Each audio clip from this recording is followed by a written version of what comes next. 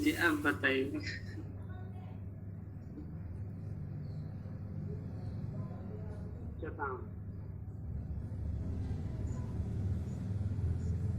सा सुपा में एक पद सह कर देंगे और दूसरा सुपा कर देंगे, दोनों को योग विभाग कर देंगे। और इष्ट सिद्धार्थम योगो विभज्यते, ऐसा नियम है। योग इष्ट के सिद्धि के लिए योग विभाजन होता है। इसलिए जब सह का योग विभाग कर देंगे तो सुबंतम समर्थेन सह समस्यते, ऐसा अर्थ हो जाएगा। जो सुबंत है और समर्थ के साथ में उसका समास हो जाता है, ऐसा बताए। इसका योग विभाग का यहाँ पर फल तिङन्तोत्तर पदोयम समास है। तिङन्त उत्तर पद रख के समास करने के लिए ये विशेष यहाँ पर है। और फिर तिङन्त उत्तर पद वाला कहाँ होगा तो छंदस्य, वो ऐसा प्रयोग छंदस्य वेद में ही प्रयोग मिलता है। जैसे कि पर्यभूषयत और अनुवेशरत, यहाँ पर भी परि का भूषयत अभूषयत इसके साथ और अनु का और बी का अचलत इसके साथ समास होगा। ये इस तरह का समास वेद में ही लिखा जाता है। और अभी सुपा का दिखा रहे हैं। सुपा सुपा सह समस्यते। सुपा जो सुबंत के साथ में, समर्थ सुबंत के साथ में सुबंत का समास हो। और ऐसा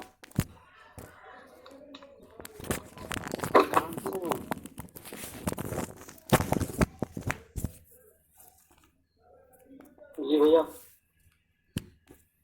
समझ में आ रहा है? जी भैया आ रहा है,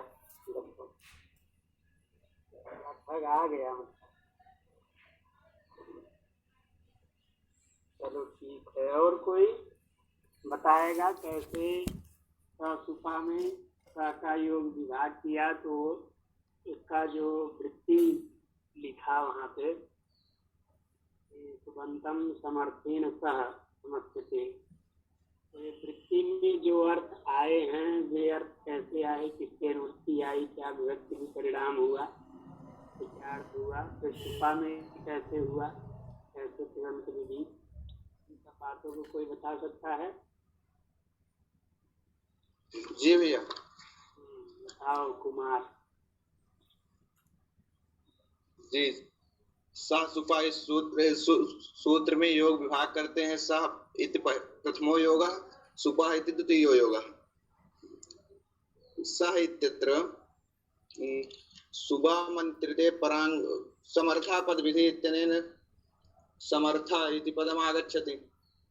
एवं अतः तथा च सुबा मंत्रिते परांग वत्सरे इत्यनेन सूत्रेण सुप इत्यस्य अनुवृत्ति आगच्छति। एका परिभाषा वर्तते, परिभाषा प्रत्ययग्रहणे यस्मात् सवितस्तदादेः तदन्तस्य ग्रहणम् इत्यनेन भाषयात्र तदन्त विधि भवति। अतः सुबन्तं समर्थेन सह समस्यते इति अर्थः आगच्छति। एवं तदनन्तरं सुपा इत्यत्र किं जायते? सुपा अतः सुबन्तं समर्थेन सह समस्यते, अस्य फलं वर्तते योग विभागस्य तिङन्त, यत्र कुत्रापि तिङन्तः भवति तत्रापि समासः भविष्यति, किन्तु छन्दस्य अस्य योग विभागस्य फलं किमस्ति तर्हि इष्ट सिद्धि फलम्। इष्ट सिद्धि तर्हि का इष्ट सिद्धि? तिङन्तोत्तर पदानां समासः सः छन्दसि एव भविष्यति, यथा पर्यभूषयत अनुव्यचलत् इत्यत्र। सुपः इति द्वितीयो योगः। सुपा अत्रापि सुबा मंत्रिते परांग वत्सरे इत्यनेन सुप इत्यस्य अनुवृत्तिः आगच्छति। तथा च प्रत्ययग्रहणे यस्मात् सवितस्तदादेः सुबा मंत्रिते परांग वत्सरे इत्यतः सूत्रात् सुपाम् इत्यस्य अनुवृत्तिः आगच्छति। तस्य च विभक्ति विपरिणामो जायते प्रथमया विभक्ति विपरिणामः क्रियते। समर्थ पदवी पुत्रादर समर्थ पदम अत्रागच्छति। आम्। प्रथमो योगः वर्तते सः इति, तस्मादपि सः इति पदम् आगच्छति। तस्मात् सः इति पदम् आगच्छति। तथा च समर्थ इत्यस्य तृतीयान्ततया विपरिणामः भवति।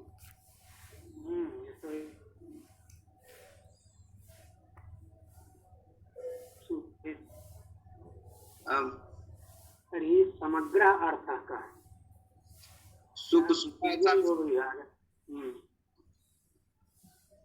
सुबन्तं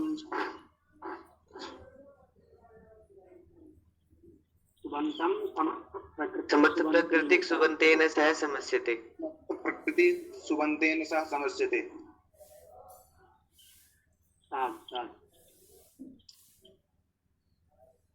तर्हि अग्रे चलामः।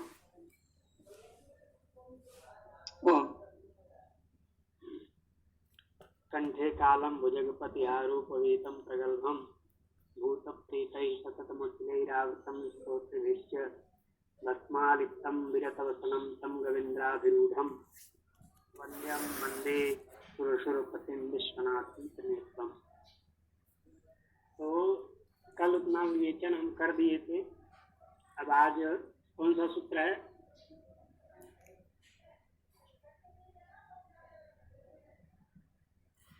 उपो धातु प्रातिपदिक योग। अच्छा, ये अभी पूरा नहीं हुआ था जी? नहीं भैया, भूतपूर्वे चरट यहाँ तक हुआ। हाँ, तो भूतपूर्वे चरट ये बहुत ही सूक्ष्म बात है जो परंपरागत प्राप्त है, उसको हमने बता दी। क्योंकि प्रायः पुस्तकों में भी वही लिखा रहता है कि भूतपूर्वे चरट इस प्रकार के निर्देश होने से भूत शब्द का पूर्व निपात प्राप्त है। यद्यपि पूर्व और भूत दोनों का निपात पर्यायण प्राप्त है, ठीक है। यदि प्रथमा निर्दिष्टम समास उत्सर्जनम लगाएंगे तो दोनों तो दोनों का पर्यायण पूर्व प्रयोग प्राप्त होता है। इसके बाद तो है फिर से जब उसको हम ले आएंगे उपसर्जनत्व का जनत्व, शास्त्रीय उपसर्जनत्व, तो दोनों का विचार करने के बाद पूर्व शब्द में लौकिक उपसर्जनत्व भी विद्यमान है और शास्त्रीय उपसर्जनत्व भी विद्यमान है। तो लौकिक उपसर्जनत्व समानाधिकरण शास्त्रीय उपसर्जनत्व ग्राह्यम, इस प्रकार से लौकिक और शास्त्रीय दोनों उपसर्जनत्व पूर्व में विद्यमान है, तो पूर्व शब्द का ही पूर्व प्रयोग प्राप्त है, कस्मत पूर्व प्रयोग नहीं प्राप्त है। किसका? भूत शब्द का। तो इसकी प्राप्ति के लिए निर्देश को यहाँ पर भट्टोई दीक्षित ने रखा कि भूत पूर्व चरट स्थिति निर्देशात भूत शब्द से पूर्व निपाता। समझ आया कि नहीं? ठीक है, तो वह लिखे पूर्वम भूता भूत पूर्व इवे। अब आगे क्या है? वार्तिक है ना। इवेन समासो विभक्त्य लोपश्च। भैया यही है। अगर पूर्व शब्द का किसी और के साथ समास होगा तब पूर्व का बाद में प्रयोग होगा कि पूर्व प्रयोग होगा? जैसे किसी और के साथ, जैसे कल हमने पढ़ा भैया कि ऊढ़ पूर्वा और अश्रुत पूर्व, वहां पे भी पूर्व का बाद में प्रयोग हुआ है। वहाँ बहुव्रीहि है ना। जी माने अश्रुतम पूर्वम या अश्रुतम पूर्वम या यया, क्योंकि प्रथमांत में तो होगा नहीं, तो इसलिए जो पूर्व में नहीं सुना गया जी, तो अश्रुत पूर्वा वहाँ बहुव्रीहि पूर्व वृत्तांत लिखा भी है। हाँ, तो वृत्तांत है तो अश्रुत पूर्वा वृत्तांत का विशेषण है, बहुव्रीहि समास वहाँ किया। तो वहाँ कोई समस्या थोड़ी यहाँ के लिए।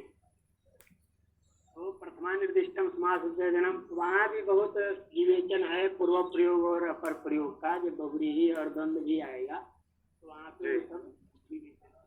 ठीक है जी भैया। तो भूत पूर्व ये हो गया, बाकी वार्तिक इवेन समासो विभक्त्य लोपश्च, यही है ना। जी। हाँ, तो इवेन समासो विभक्त्य लोपश्च। अब देखिए यहाँ भी वही इवेन समासः विभक्त्य लोपश्च। अलग से वार्तिक क्यों बनाए? अलग से वार्तिक बनाने का फल क्या है कि विभक्त्य लोपश्च, विभक्ति का लोप न हो। इव के साथ समास विधान करने के लिए नहीं, इव के साथ समास विधान करना रहता तो हो ही जाता योग विभाग के द्वारा ही, है कि नहीं? क्योंकि इव ये अव्यय है और उसका सुबंध के साथ समास करना है, तो क्या कर लेंगे?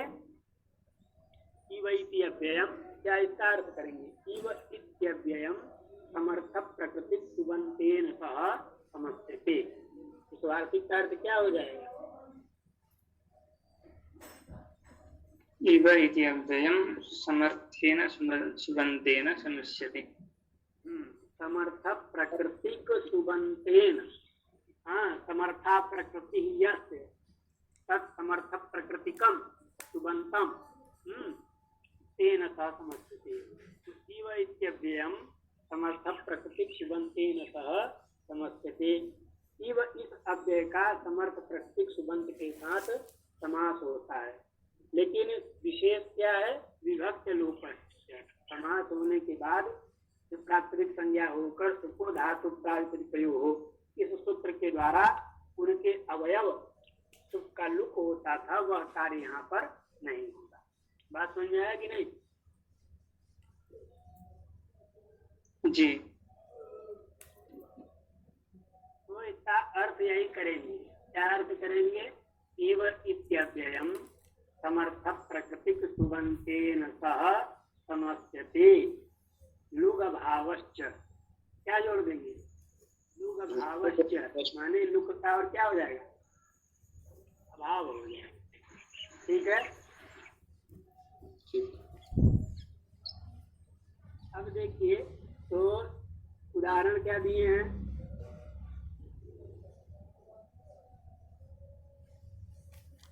जीमूतस्येव। जीमूतस्य इव। अब देखिए यहाँ पे, वहाँ तो मतलब सिद्धांत में उदाहरण दिया है उसका रघुवंश का वागर्थाविव। यहाँ ये उदाहरण दे रहे हैं जीमूतस्य इव। ठीक है जी। तो अब जीमूतस्य इव है, यहाँ पे जब हम समास करने चलेंगे तो समास की सिद्धि तो ससुपा से ही हो जाती है, क्योंकि जीमूतस्य इव था, इव अव्यय पद है, सुबंत जीमूत, यहाँ भी रहेगा जीमूत गण, है कि नहीं? तो इस स्थिति में जब सुपा का ये थोड़ा होता है, सुबंतम समर्थक प्रत्येक सुबंतेन सह समस्यते। तो सुबंत जो जीमूत गण है, समर्थक प्रत्येक सुबंतेन के साथ क्या हो जाएगा? समास हो जाएगा। और समास हो जाएगा तो समास सिद्धि के उपरांत होने लगेगा क्या? प्राकृतिक संज्ञा के बाद सुको धातु प्राप्ति से विभक्ति का लोप प्राप्त है। तो वही विभक्ति के लोप को रोकने के लिए इन्होंने कहा विभक्त्य लोपश्च। विभक्ति का क्या हो जाता है? अलुक होता है। ठीक है जी। विभक्ति का लुक नहीं होगा। तो विभक्ति का लुक जब नहीं हुआ तो वह अपने उसी विभक्ति में ही स्थित रह गया। जीमूतस्य इव, षष्ठी में उसका जीमूतस्य रूप बन जाएगा और संधि हो जाएगी जीमूतस्य इव, मिला देंगे जीमूतस्येव। अब यहाँ पे ये जीमूतस्य इव यह दो पद नहीं रह गया, क्या रह गया? एक हो गया। एक हो गया। क्यों? क्योंकि समास हो गया। समास हो जाने के कारण समुदाय शक्ति के द्वारा विशिष्ट एकार्थ की प्रतीति कराएगा, पृथक पृथक अर्थ की प्रतीति नहीं कराएगा। किस सामर्थ्य के द्वारा?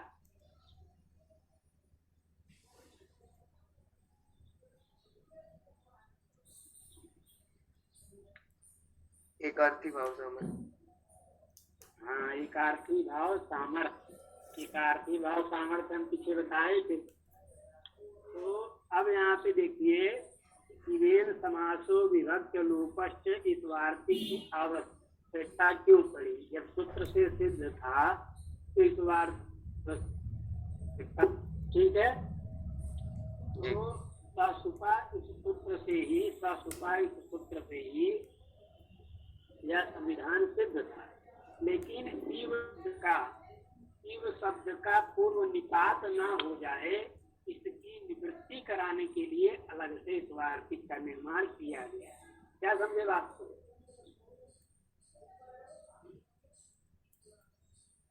इव शब्द की निवृत्ति कराने के लिए इस वार्तिक को किया। शब्द का पूर्व निपात न हो, पूर्व प्रयोग न हो, इसके लिए इन्होंने अलग से वार्तिक के द्वारा विधान किया। ठीक है। अगर हम ससुपा से करते समान, इव है नहीं, तो अब इस स्थिति में क्या होता? सुबंत के साथ समास होता है तो प्रथमा निर्दिष्टम होता, तो सुबंत कौन बनता? प्रथमा निर्दिष्ट इव बनता है कि नहीं? वही बनता, क्योंकि सूत्र में प्रथमा निर्दिष्ट जो सुप रहता सुबंत, फिर तन निर्दिष्ट यहाँ पे आते लक्ष्य में रह जाता जीव। हाँ, इव जो है या प्रथमा।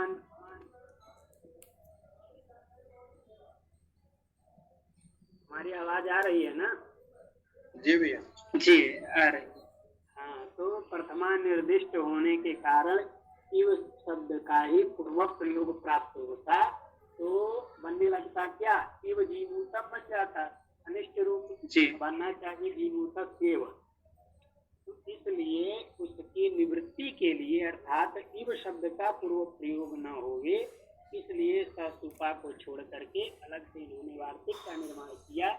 इवेन समासः विभक्त लोपश्च। अब देखिए, जब इस वार्तिक के द्वारा हम समास करेंगे तो स्थिति क्या आएगी? इवेन समासो विभक्त लोपश्च। अब यहाँ जब लगेगा प्रथमा निर्दिष्टम समास उत्सर्जनम, तो समास विधायक शास्त्र क्या है? इवेन समासो विभक्त लोपश्च।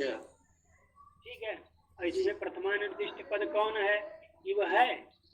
नहीं, इव नहीं है। इव नहीं है, वो तृतीया निर्दिष्ट है कि नहीं? निर्दिष्ट। इसलिए प्रथमा निर्दिष्ट नहीं है, निर्दिष्ट न होने के कारण उसकी उत्सर्जन संज्ञा होकर के इनका पूर्व प्रयोग नहीं होगा। बात समझ में आ गया कि नहीं? जी भैया।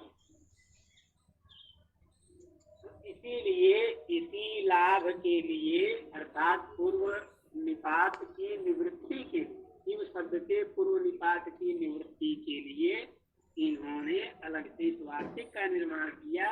अन्यथा इव शब्द भी सुबंत था।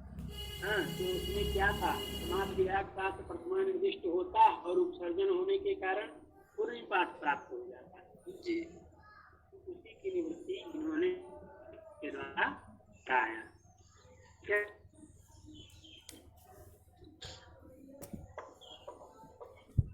अब देख, यह जो इवेन समासो विभक्त लोपश्च है, यह भी समास क्या है? क्वाचित का है। क्वाचित का मतलब समझते हैं? जी, कभी होता है कभी नहीं। क्वचित भवः क्वाचित। क्वचित कुछ स्थल होता है, कहीं नहीं। जैसे पीछे वाला समास योग विभाग वाला उन्होंने बताया सच छंदस्यैव, उसी प्रकार से यह भी जो समस्त प्रयोग है, माने इव के साथ होने वाला जो समास है, यह भी क्या है? क्वाचित है, मतलब क्वचित स्थलों में होता है। क्वचित स्थलों में में तो लिखा क्वाचित कदाचित, माने दोनों है। क्वचित होता है, कदाचित होता है। कदाचित नहीं होता है, क्वचित नहीं होता है। ठीक है भैया, अनित्य है ये समास। हाँ, तो सर्वत्र हो यह समास, यह आवश्यक नहीं है, प्रयोगानुसार हो जाता है। तो इसीलिए ना, अब ये पे जीमूतस्य इव, ये जो है मान लो वैदिक प्रयोग, तो जीमूतस्य ये पृथक पाठ भी इसका प्राप्त होता है। तैतृय इत्यादि शाखाओं में सब पृथक से भी पाठ है और समस्त भी है कि नहीं? और जैसे वहाँ पे उन्होंने कहा वागर्थाविव संपृक्त हो, तो वागर्थाविव वहाँ समास हो गया, है कि नहीं? जी। और कहीं नहीं भी हुआ, जैसे उद्बाहुरी वामना, क्या है?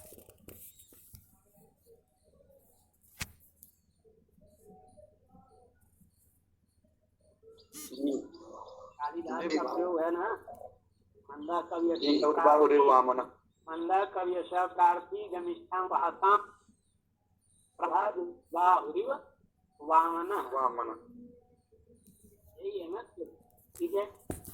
तो अब यहाँ पे देखिए वही शास्त्री ने वहाँ पे वाग और था भी पहले में इनके साथ समास किया, और यहाँ उद्बाहुरिव वामन, यहाँ इव का समास नहीं किया, यहाँ व्यस्त प्रयोग है।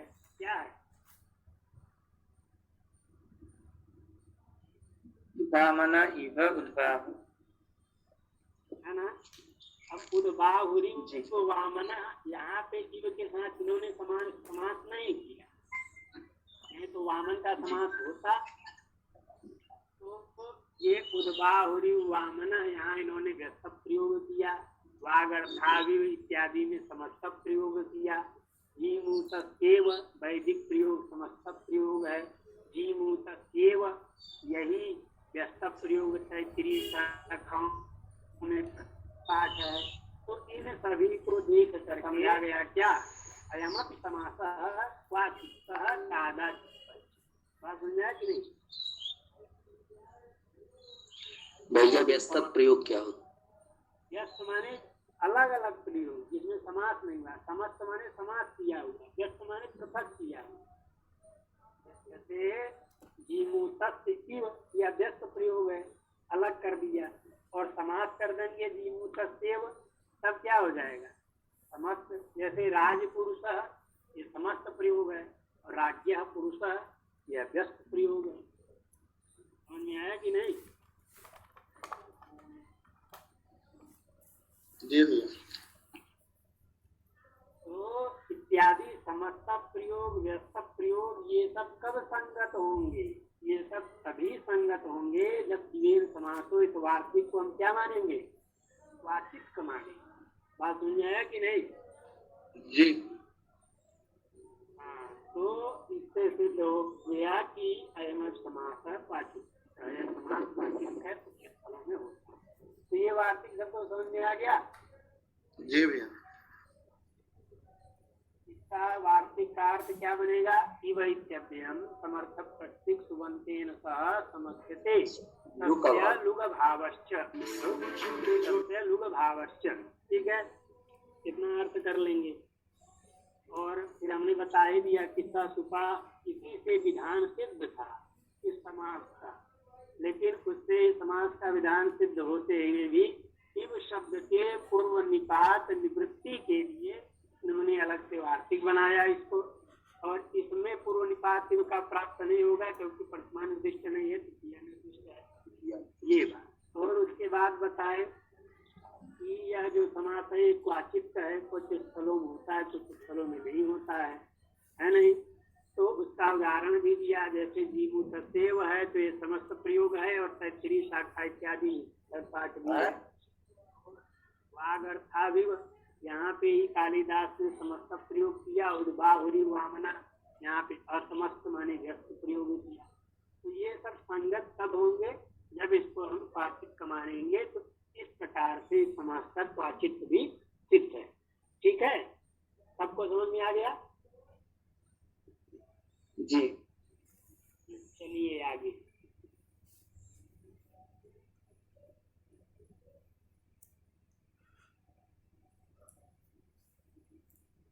आगे बोलिए। अव्ययी भावः अधिकारोऽयम्। कितनी वृत्ति लिखी है कि और भी? इतनी है जी। अच्छा ठीक। तो अव्ययी भाव अधिकार हुए, कहाँ तक अधिकार जाएगा? प्राक तत्पुरुषा, है ना। अव्ययी भाव का अधिकार कहाँ तक जाएगा? प्राक तत्पुरुषात्। उसके पहले तक ही जाएगा। जब आगे तत्पुरुष कह देंगे पाणिनि जी, तो उसके पहले तक अव्ययी भाव से, जहाँ से तत्पुरुष कह देंगे वहां से तत्पुरुष आरंभ हो जाएगा। तो इसीलिए कह रहे हैं अव्ययी भाव अधिकारोऽयम्, अयम अधिकारः। अव्ययी भाव इत्ययम् अधिकारः। अव्ययी भाव यह क्या है? अधिकार है। उत्तरोत्तर मंत्र अधिकारः उत्तरोत्तर संबंध को ही क्या कहते हैं? अधिकार कहते हैं। तो यह अव्ययी भाव का उत्तरोत्तर संबंध होगा तत्पुरुष के पूर्व तक, तो यह अधिकार सूत्र है। और अव्ययी भाव हमने बता ही दिया था। अव्ययी भाव का क्या है? जो अव्यय नहीं है वो अव्यय हो जाता है, वही है अव्ययी भाव। व्ययम न व्ययम, अव्ययम न अव्ययम, अनव्ययम अनव्ययम अव्ययम संपद्यते इति अव्ययी भाव। इन सब बातों को हमने पहले ही विवेचन कर दिया था। तो इतना ही समझिए कि अव्ययी भाव अधिकारो यम प्राक तत्पुरुषात्, अव्ययी भाव इसका अधिकार तत्पुरुष के पूर्व तक जाएगा। चलिए भ्राता जी, जैसे आ कडारा देखा संज्ञा से एक संज्ञा का विधान है, तो फिर एक तो समास संज्ञा भी होती है इनमें, और अव्यय भाव से या आगे जो हम इसमें अव्यय भाव समास में अव्यय संज्ञा भी करेंगे, तो मतलब ये दो ऐसे कैसे हो रही है? नहीं, संज्ञा अव्ययी भाव ये जो है इसी से संज्ञा का अधिकार जाएगा। ठीक है, वो जो प्राक है वो प्राक आकडारा समासा जो था, प्राक कडारा समासा में आकडारा नहीं करते, जो प्राक कडारा थे वो केवल अपने समास संज्ञा को लेकर चलेगा, लेकिन साथ में ये बताएगा कि प्राक समास मतलब पहले समास संज्ञा हो जाए, उसके बाद वो ही अव्ययी भाव संज्ञा को नहीं करेगा, वो तो अव्ययी भाव इत्यादि उसके अधिकार को करेंगे, लेकिन वो बताएगा कि प्राक समास फिर तथा अव्ययी भाव, प्राक समास ततो भवी। तो अव्ययी भाव ये जो अधिकार चलेगा तथा वाला कार्यक्रम ये बताएगा, और वो प्राक समास।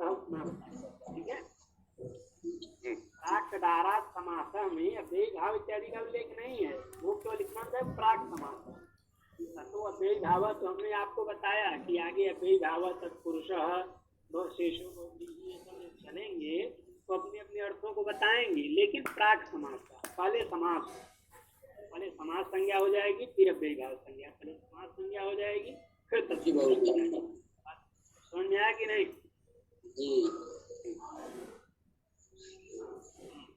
चलिए आइए। अव्ययम विभक्ति समीप समृद्धि विद्यार्थ भावत्या संप्रति शब्द प्रादुर्भाव पश्चात यथा नु पूर्व योग पद्य सादृश्य संपत्ति साकल्यांत वचनेषु। अव्ययम इति योगो विभज्यते। अव्ययम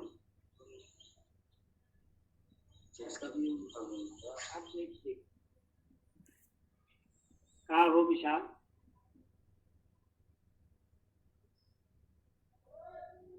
समस्या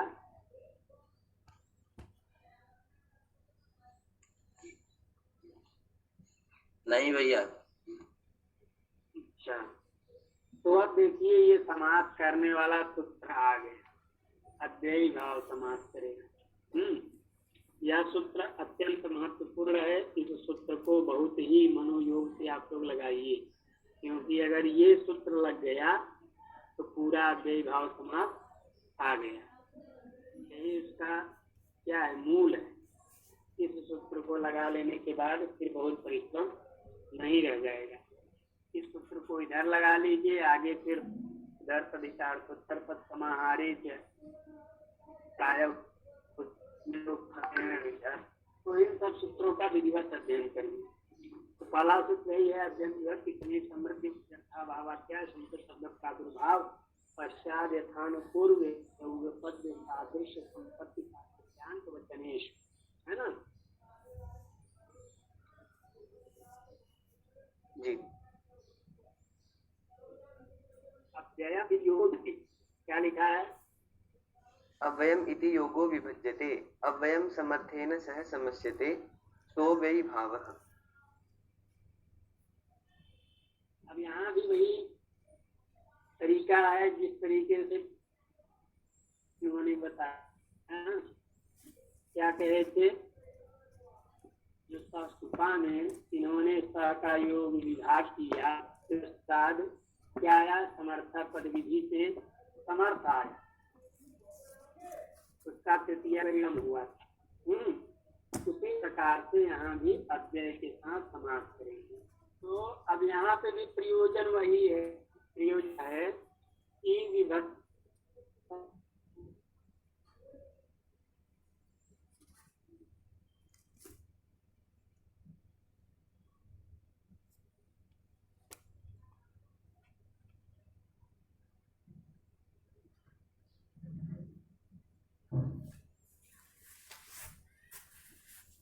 हेलो। है कि आई है, अब आ रही है अब अब आ रही है।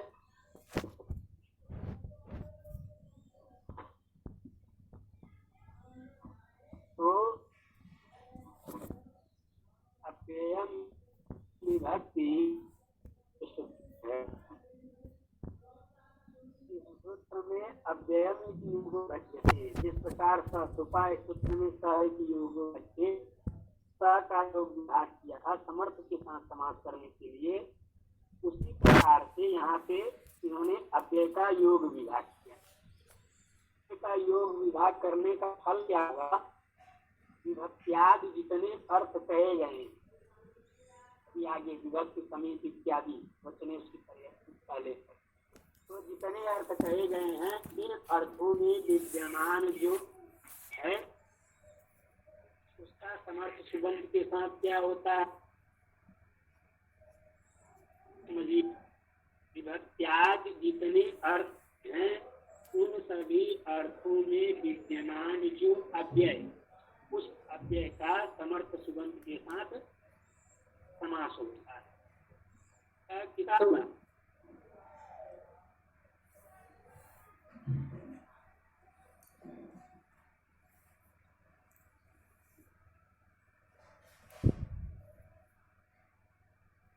इसका अर्थ है ये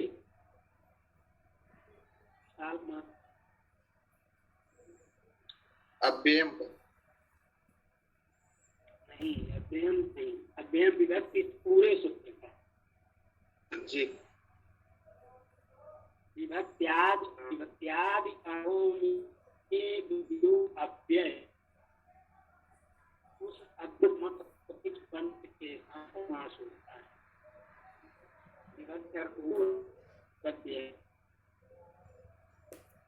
सुबंत्यम समस्ते, ये अर्थ किसका होगा? अव्ययम विभक्ति पूरे सूत्र का है।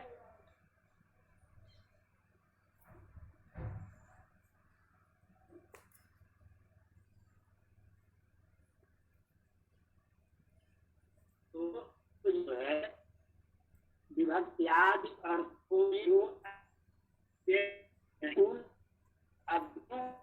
समर्थ के समर्थ, तो भैया आपकी आवाज स्पष्टतया नहीं आ रही।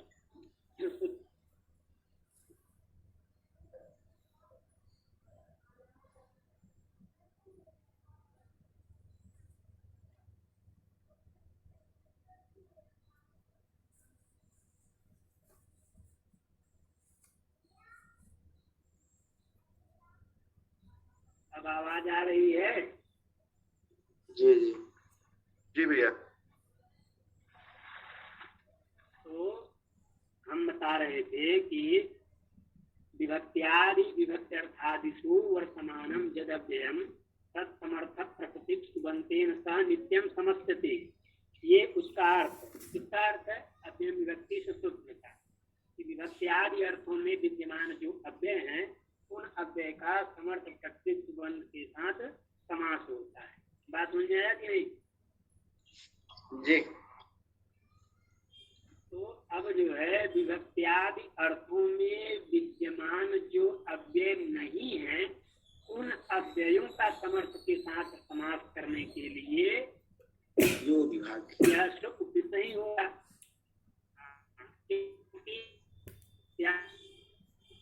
जो अर्थ करता है, तो अब जो अव्यय विभक्त्यादि अर्थों में विद्यमान नहीं, ठीक है, तो उन का समास करने के लिए अव्यय का इन्होंने योग विभाग किया है, तो इसीलिए लिख रहे हैं अव्ययम इति योगो विभज्यते। क्या लिखा है? अव्ययम इति योगो विभज्यते। अव्ययम समर्थेन सह समस्यते सह अव्ययी भावः।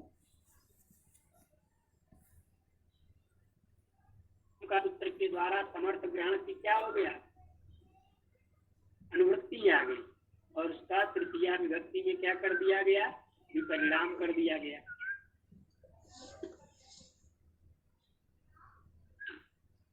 समास से समास आ ही रहा है, और अव्ययी भाव का भी अधिकार यहाँ से प्रारंभ हो गया है कि नहीं? जी। तो इतनी चीजें हो गई।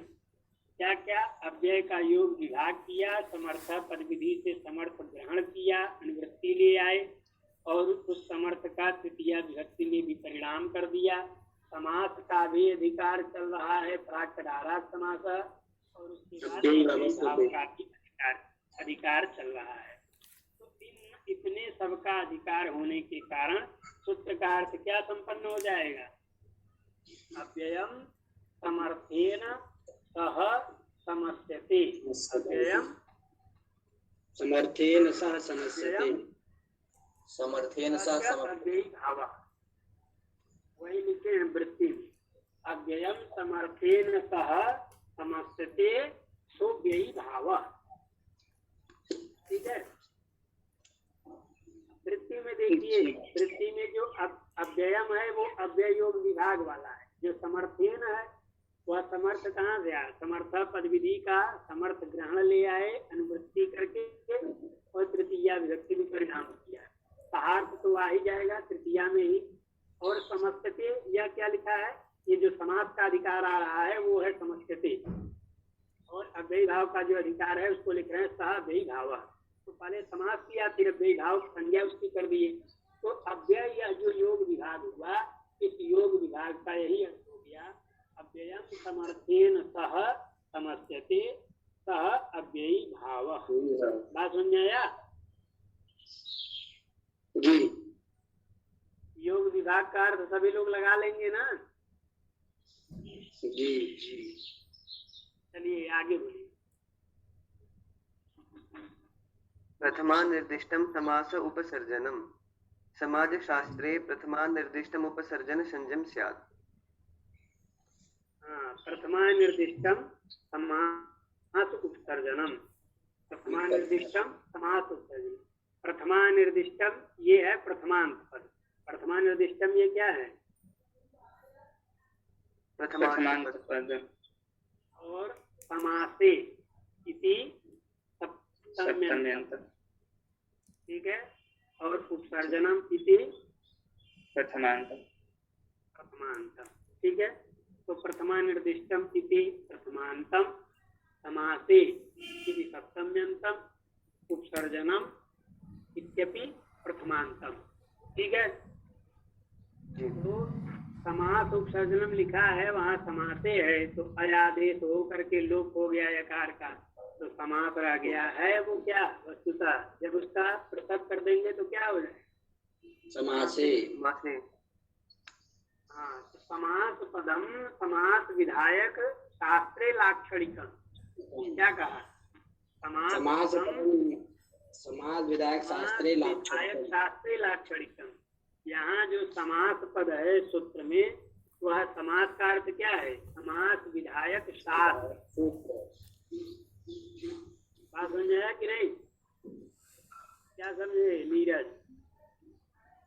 यहाँ जो समास पद है वह लाक्षणिक है समास घटित शास्त्र में। समास विधायक शास्त्र। जी। सूत्रे समास पदम समास विधायक शास्त्रे लाक्षणिकम। क्या कहा? समास पदम समास विधायक शास्त्रे लाक्षणिकम। ठीक है। जो समास पद है वो लक्षणया समास विधायक शास्त्र को कह रहा है। तो समासे का अर्थ अब क्या हो गया? समास विधायक शास्त्रे। समास का अर्थ क्या हो गया समासे का? समास विधायक समास विधायक शास्त्री। ठीक है। और प्रथमा निर्दिष्टम का अन्वय हुआ तो समास विधायक शास्त्र से प्रथमा निर्दिष्टम उपसर्जन लंघ्यम स्यात्।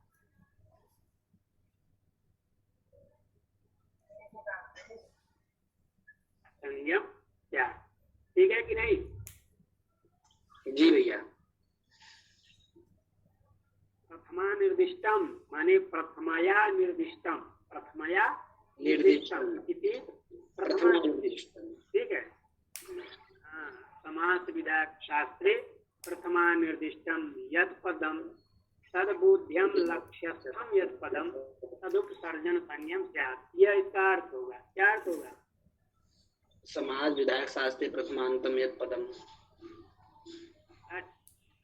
समास विधायक शास्त्रे प्रथमा निर्दिष्टम यत् पदम तद्बोध्यम लक्ष्यस्थम यत् पदम तदुपसर्जन संज्ञम स्यात्।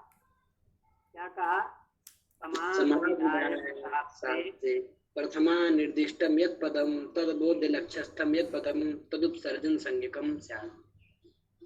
हाँ, तदुपसर्जन संज्ञम स्यात्। बात समझ में आया कि नहीं? जी। चलिए फिर एक लिखा बार। है।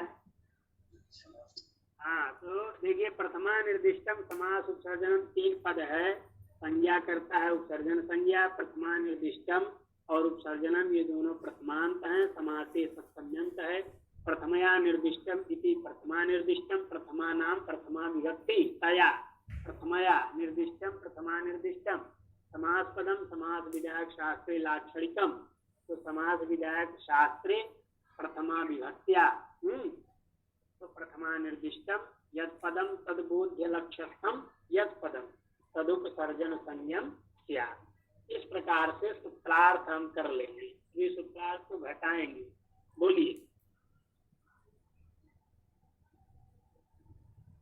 जी। चलिए आगे। उपसर्जनम पूर्वम समासे उपसर्जनम प्राक प्रयोजम। स्पष्ट ही है। उपसर्जनम माने उपसर्जन संज्ञम। हाँ, उपसर्जन संज्ञकम, उपसर्जन संज्ञा यस्य तदुपसर्जन संज्ञम, ठीक है। उपसर्जनम पूर्वम माने उपसर्जन संज्ञक का पूर्व प्रयोग करना चाहिए। समासे उपसर्जन संज्ञकम प्राक प्रयोजम, ठीक है जी। चलिए गोत्रीय रूप सर्जनस्य। अच्छा, ये भी है। नहीं, एक विभक्ति चा पूर्व निपाते, इससे पहले है। अच्छा, एक विभक्ति चा पूर्व निपाते। देखिए एक का बहुत अर्थ होता है। एक के लगभग 8 है कि नहीं? जी। एक विभक्ति माने एका विभक्ति ही यस्य, एका विभक्ति ही यस्य। तत् एक विभक्ति क्या बनेगा? एका विभक्ति यस्य तत् एक विभक्ति। हाँ, क्योंकि नपुंसक स्त्रीलिंग में बनाना है, इसलिए एक विभक्ति है कि नहीं? जी भैया। जैसे वारी का रूप बनता है उसी प्रकार से। तो एका विभक्ति यस्य तत् एक विभक्ति पदम, ठीक है कि नहीं? यहाँ बहुव्रीहि हो गया। और क्या लिखा? पूर्व निपात है कि नहीं? पूर्वश्चासौ निपात, पूर्वश्चासौ निपात इति पूर्व निपात। यहाँ पर क्या कर लेंगे? कर्मधारय तत्पुरुष है कि नहीं? और न पूर्व निपात इति अपूर्व निपात, न पूर्व निपात इति अपूर्व निपात, ठीक है? जी समझ में आया? तस्मिन् अपूर्व निपाते, तस्मिन् अपूर्व निपाते। हाँ, अब इस सूत्र का पूरा अच्छे से समझिए। एक विभक्ति क्या पूर्व निपाते लिखा है। एक विभक्ति का अर्थ है एका विभक्ति। एक माने नियत। एक का अर्थ क्या होता है? नियत, निश्चित, ठीक है। एकोन्यार्थे प्रधाने च प्रथमे केवले तथा साधारणे समाने ते संख्यायाम च प्रयुज्यते। क्या कहा? एकोन्यार्थे प्रधाने च प्रथमे केवले तथा साधारणे समानेल्पे पंचायांच प्रयुज्य। समान अर्थ में है तो एका माने समाना विभक्ति यस्य तत् एक विभक्ति माने समान विभक्ति कम। बात समझ में आया कि नहीं? एक का अर्थ क्या है? समान। एक समान विभक्ति समान।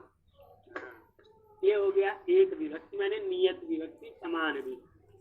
और व्यय ही है अपूर्व निपाते पूर्वश्चासो निपात पूर्व निपात न पूर्व निपात अपूर्व निपात तस्मिन् अपूर्व निपाते है कि नहीं? इतना इन्होंने इसका विग्रह सब स्पष्ट। अब आगे देखिए क्या लिख रहे हैं। विग्रहे यन्नियत विभक्तिकम तत् उपसर्जन संजम स्यात् न तु तस्य पूर्व निपातः।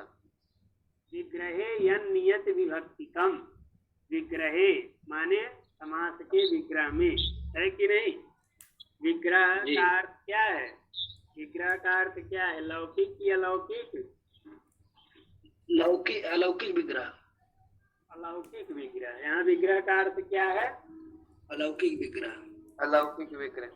हाँ, क्योंकि कहीं कहीं लौकिक विग्रह ही नहीं रहता, कहीं कहीं क्या होता है? अलौकिक विग्रह ही होता है केवल। तो इसलिए विग्रह पद से इस विग्रह को लेना चाहिए। तो विग्रहे यन नियत विभक्ति कम, विग्रह में जो नियत विभक्ति वाला है कि नहीं? नियत माने निश्चित विभक्ति वाला, उसकी क्या होती है? उपसर्जन संज्ञा होती है। ठीक है? हाँ, जैसे देखिए, जैसे निष्कौशाम्बी वहाँ बनाते हैं, क्या बनाते हैं? निष्कौशाम्बी। निष्कौशाम्बी बनाते हैं तो वहाँ विग्रह क्या करते हैं? जो है वहाँ पंचमी के साथ होता है ना जी। राधया क्रांताद्यर्थे पंचम्या, यही है ना जी। पंचमी के साथ करते हैं तो कौशाम्ब्या निष्क्रांत निष्कौशाम्बी बनाते हैं। ठीक है? तो अब यहाँ पे नियत विभक्ति कौन है और अनियत विभक्ति कौन है?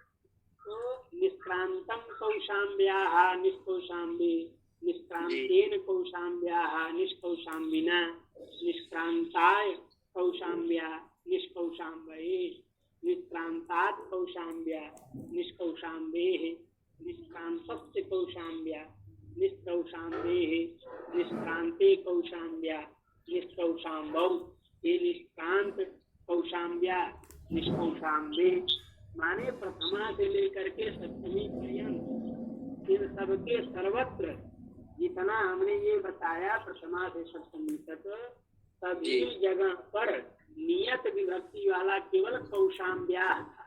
क्या था? कौशाम्ब्या ही नियत विभक्ति वाला है।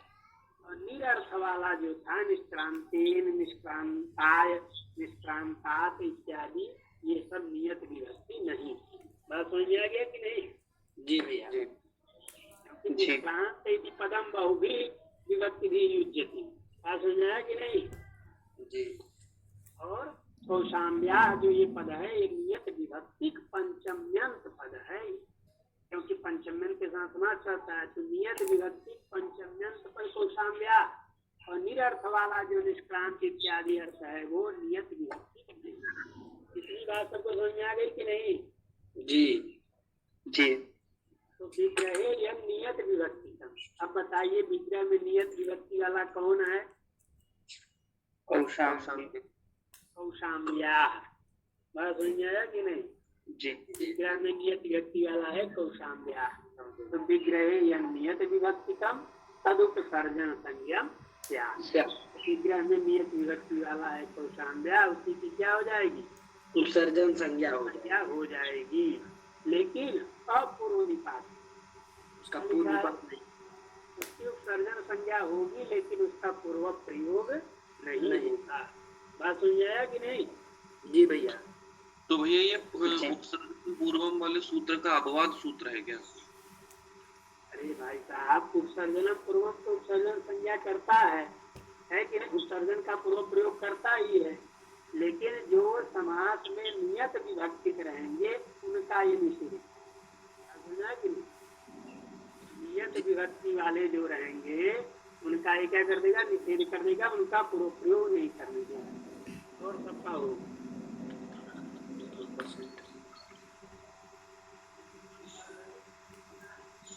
ऐसे ही कौशाम्बी में निर्वाराणसी भी बना सकते हैं आप लोग। वाराणस्या निष्क्रांत क्या बन जाएगा, निर्वाराणसी। निर्वाराणसी, क्योंकि वो स्त्रियों रस भी होगा, निर्वाराणसी बन जाएगा। वहाँ भी नियत क्या रहे, निष्क्रांत वाराणसी, वाराणस्या, तो भी वही निर्वाराणसी, निष्क्रांतम वाराणस्या निर्वाराणसी, निष्क्रांतेन वाराणस्या निर्वाराणस्या, निष्क्रांताय वाराणस्यै निर्वाराणस्यै, निष्क्रांतात् वाराणस्याः निर्वाराणस्याः, है कि नहीं, निष्क्रांतस्य वाराणस्याः, तो क्या बनेगा, निर्वाराणस्या। इस प्रकार से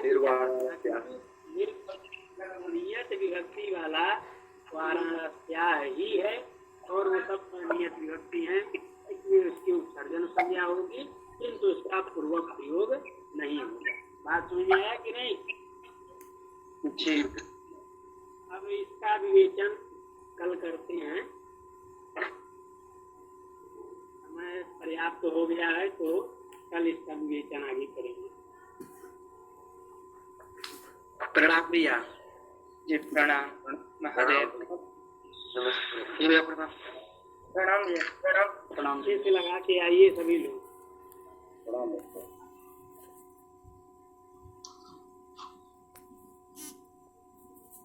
हाँ भैया।